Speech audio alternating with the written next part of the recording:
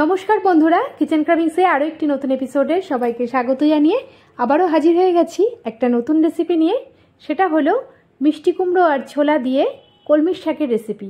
কলমি শাক তো আমরা সাধারণত খেয়ে থাকি, ভাজা খেয়ে থাকি, কলমি শাকের ঘন্ট খেয়ে থাকি, কিন্তু এইভাবে যদি একবার কুমড়ো দিয়ে আর ছোলা দিয়ে কলমি শাক রান্না করা যায়, দারুণ হয় খেতে। তোমরা অবশ্যই বাড়িতে একবার ট্রাই করবে। আশা করছি রেসিপিটি সকলের ভালো লাগবে। ভালো লাগলে লাইক কমেন্ট শেয়ার করার অনুরোধ থাকলো। পাশে থাকা বেল আইকনটি প্রেস করে সঙ্গে থাকবে নেক্সট রেসিপি দেখার জন্য। আমি এর জন্য 500 গ্রাম মতন কুমড়ো নিয়ে নিয়েছি, আর এদিকে নিয়ে নিয়েছি 500 গ্রাম কলমির শাক। শাক আর কুমড়োটাকে আমি ভালো করে ধুয়ে নিয়েছি। এবার আমি কেটে নেব। কুমড়োটাকেও আমি ডুমো ডুমো করে কেটে নেবো, পুরো কুমড়োটা আমি দেবো না। আর শাকটাকেও কুচিয়ে নিচ্ছি।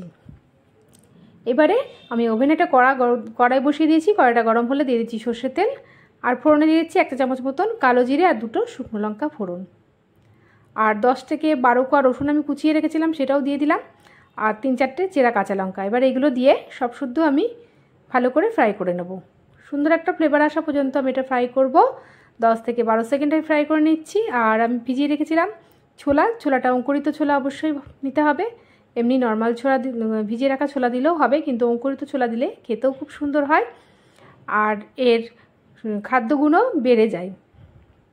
আর দিয়ে দিচ্ছি কেটে রাখা কুমড়োগুলো, ডুমো ডুমো করে কেটে রেখেছিলাম, সেগুলো দিয়ে এবার আমি ছোলা আর কুমড়োটাকে দিয়ে ভালো করে কষিয়ে নেব। সুন্দর একটা কালার ধরা পর্যন্ত লালচে আমি ভালো করে এটাকে কষাবো। 5 থেকে 6 মিনিট আমি কষিয়ে নেব। আর দিয়ে দিচ্ছি ওপর থেকে স্বাদ মতন লবণ, আর দিয়ে দেবো 1 চামচ হলুদ গুঁড়ো। লবণ আর হলুদ গুঁড়োটা দিয়ে আমি ভালো করে নেড়ে চেড়ে নেবো।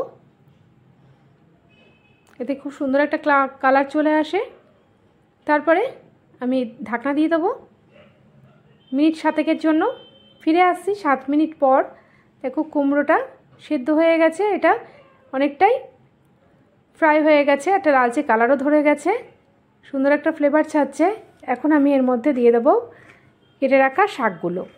শাকটাকে আমি ভালো করে ধুয়ে কুচিয়ে রেখেছিলাম, শাকটাকে দিয়ে আর কুমড়োটাকে দিয়ে ভালো করে আমি এবার কষিয়ে নেবো। শাকটা দেওয়ার পরে এটা আস্তে আস্তে মজে যাবে আর এটা কমে যাবে অনেকটাই। শাক আর কুমড়োটাকে ভালো করে এবার আমি কষিয়ে নেব। দেখো শাকটা অনেকটাই কমে গেল, তার মানে মজে যাচ্ছে। শাক আর কুমড়োটা ভালো করে কষিয়ে নেব। এই মিষ্টি কুমড়ো দিয়ে তোমরা অবশ্যই একবার এই কলমি শাক রান্না করে দেখবে বন্ধুরা, দারুণ হয়। আর একটু স্বাদ মতন লবণ আমি দিয়ে দিলাম, যেহেতু শাকটা দেওয়ার পরে আমি একটু লবণ দিলাম। কুমড়োটাতে আমি আগেই লবণ দিয়েছিলাম, সামান্য একটু লবণ আরও অ্যাড করলাম। তারপরে ভালো করে নেড়ে চেড়ে আমি আরও 6 থেকে 7 মিনিটের জন্য ঢাকনা দিয়ে দিচ্ছি। ফিরে আসছি 7 মিনিট পর। দেখো এটা মজে গেছে শাকটা, আর ফাইনালি রান্নাটাও হয়ে গেছে। দুর্দান্ত হয় খেতে। এবার নুন ঝাল মিষ্টি ব্যালেন্সের জন্য দিয়ে দিচ্ছি একটু চিনি। এবার শাকটাকে এবার নিরামিষ রান্নায় একটু চিনিটা দিলে খুবই ভালো লাগে। তারপরে ভালো করে আমি নেড়ে চেড়ে নিচ্ছি, চিনিটাকেও ভালো করে মিশিয়ে নিচ্ছি এর সঙ্গে। তোমরা চিনি না খেতে চাইলে চিনিটা স্কিপ করে দেবে। তারপরে ভালো করে নেড়ে চেড়ে নিচ্ছি আমি চিনি দেওয়ার পরে। আর দিয়ে দেবো শেষে একটুখানি ঘি, 1/2 চামচ মতন আমি ঘি অ্যাড করে দিচ্ছি। যেহেতু নিরামিষ রান্না, একটু ঘন্টগুলোতে একটু শাক একটু ঘি দিলে খুবই ভালো হয় খেতে। এবারে আমি ভালো করে নেড়ে চেড়ে নিচ্ছি। তারপরে আমি এটাকে সার্ভ করে নেব। এবার আমি একটা প্লেটের মধ্যে এটাকে সার্ভ করে নিচ্ছি। এটা গরম গরম ভাতের সাথে দুর্দান্ত লাগে। এই শাক দিয়েই প্রায় 1 প্লেট ভাত খেয়ে নেওয়া যাবে।